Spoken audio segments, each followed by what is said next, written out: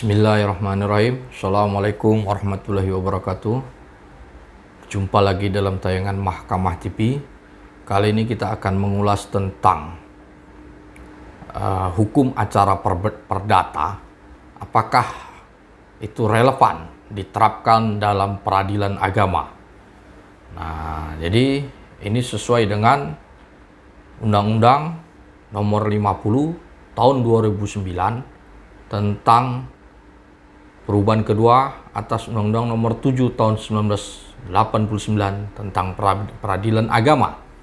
Jadi Undang-Undang Peradilan Agama ini sudah mengalami 2 kali perubahan. Yang jelas dalam pasal 1 ayat 1 Undang-Undang Peradilan Agama disebutkan bahwa peradilan agama adalah peradilan yang dikhususkan bagi orang-orang Islam. Nah, inilah hak konstitusional yang diberikan oleh negara terhadap kaum muslimin dalam urusan sengketa. Nah, peradilan agama ini ada banyak sekali wilayah yang menjadi kewenangannya, terutama soal perceraian, warisan, kemudian ada sekarang adalah masuk dalam sengketa syariah juga. Nah, tapi yang menjadi catatan adalah peradilan agama menerapkan hukum acaranya itu menggunakan hukum acara perdata. Bagaimana ini bisa terjadi? Landasan hukumnya bisa dilihat dalam pasal 54. Pasal 54 dalam Undang-Undang Nomor 7 Tahun 1989 tadi. Disebutkan bahwa hukum acara yang berlaku pada pengadilan dalam lingkungan peradilan agama adalah hukum acara perdata yang berlaku pada pengadilan dalam lingkungan peradilan umum kecuali yang telah diatur secara khusus dalam undang-undang ini. Baik, Bapak Ibu sekalian, maknanya di sini adalah dalam sengketa yang berkaitan dengan kaum muslimin di peradilan agama, maka hukum acara yang dipergunakan adalah hukum acara perdata. Nah, pertanyaannya, apa yang dimaksud dengan hukum acara perdata? Nah, hukum acara perdata ini adalah sumbernya bukan berasal dari Islam.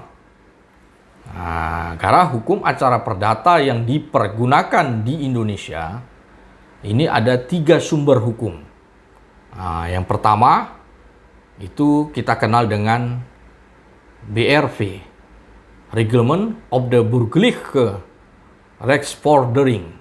Nah, ini yang dulu dipergunakan oleh Hindia Belanda untuk golongan Eropa yang berperkara di Raad van Justice dan Residensgerecht. Nah, ini disebut dengan BRV.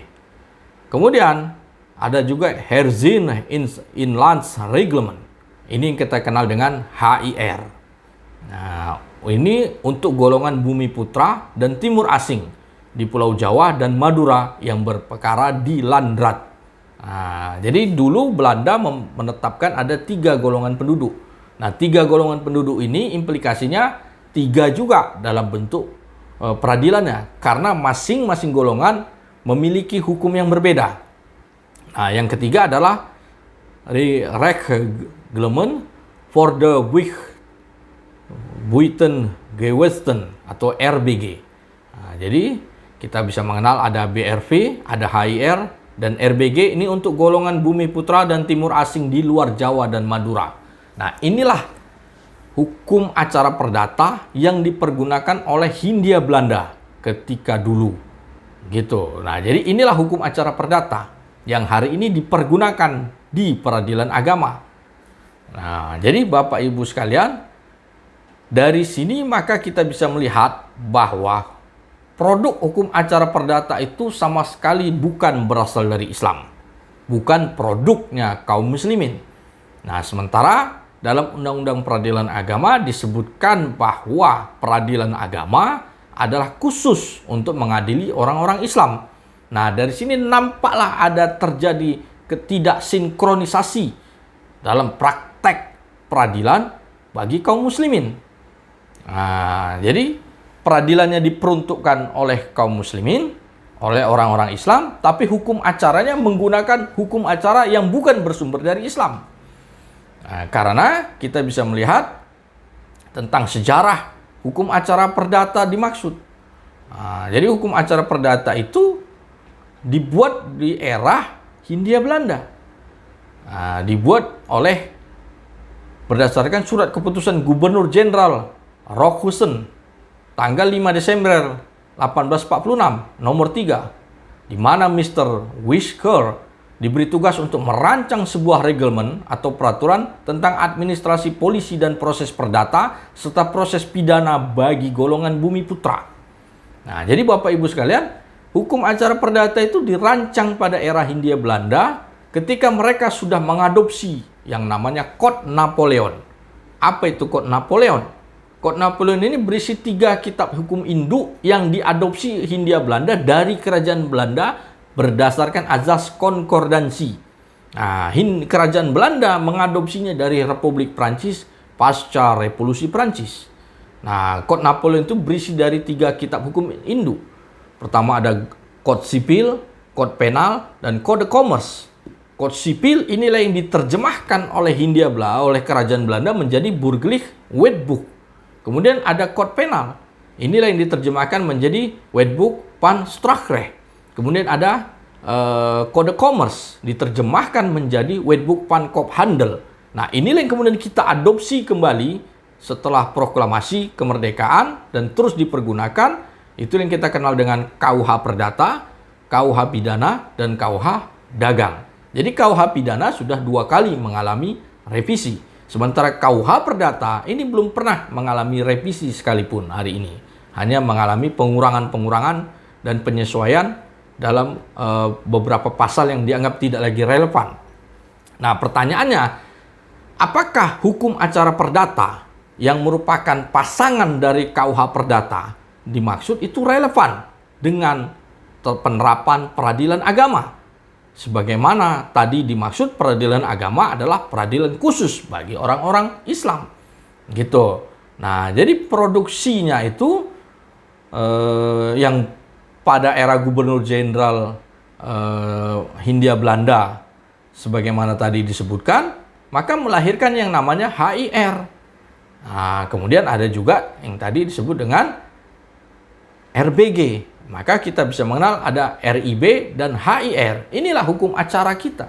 Hukum acara yang dipergunakan dalam peradilan umum dalam kasus-kasus sengketa perdata. Jadi dari sini kita bisa melihat ada tidak sinkronisasi dalam praktek peradilan khusus bagi kaum muslimin di Indonesia. Kalau peradilan agama adalah memang diterapkan bagi orang-orang Islam, mengapa hukum acaranya masih menggunakan hukum acara perdata? Sementara hukum acara perdata bukanlah produk murni dari kaum muslimin. Sementara wilayah atau kompetensi yang berlangsung pada peradilan agama ini mencakup wilayah-wilayah munakahat. Termasuk juga ada wilayah muamalah dalam Islam. Kemudian ada sengketa waris dan lain-lainnya. Apabila itu kemudian dipergunakan hukum acara perdata, maka pertanyaannya bagaimana hal ini berlangsung secara syar'i? Apakah perceraian seseorang akan sesuai jika dilihat secara syariat? Jika proses perceraiannya itu menggunakan hukum acara perdata, maka dari itu inilah yang harus menjadi bahan evaluasi kita semua untuk proses sinkronisasi hukum agar kesannya tidak terjadi eliminasi hukum. Bagaimana sebenarnya Islam mengatur perceraian? Islam sudah memiliki fikih. Fikih munakahat, fikih pernikahan, bagaimana fikih cerai talak dan lain-lain itu sudah ada aturan hukumnya. Walaupun dalam Islam basis dari sebuah peraturan itu tidaklah bersifat tertulis sebagaimana dalam positivisme. Tapi dia adalah sebuah hukum yang berlaku mengikat. Itu yang disebut dengan fikih. Artinya, dalam proses peradilan agama seharusnya yang dipergunakan adalah juga yang bersumber daripada fikih.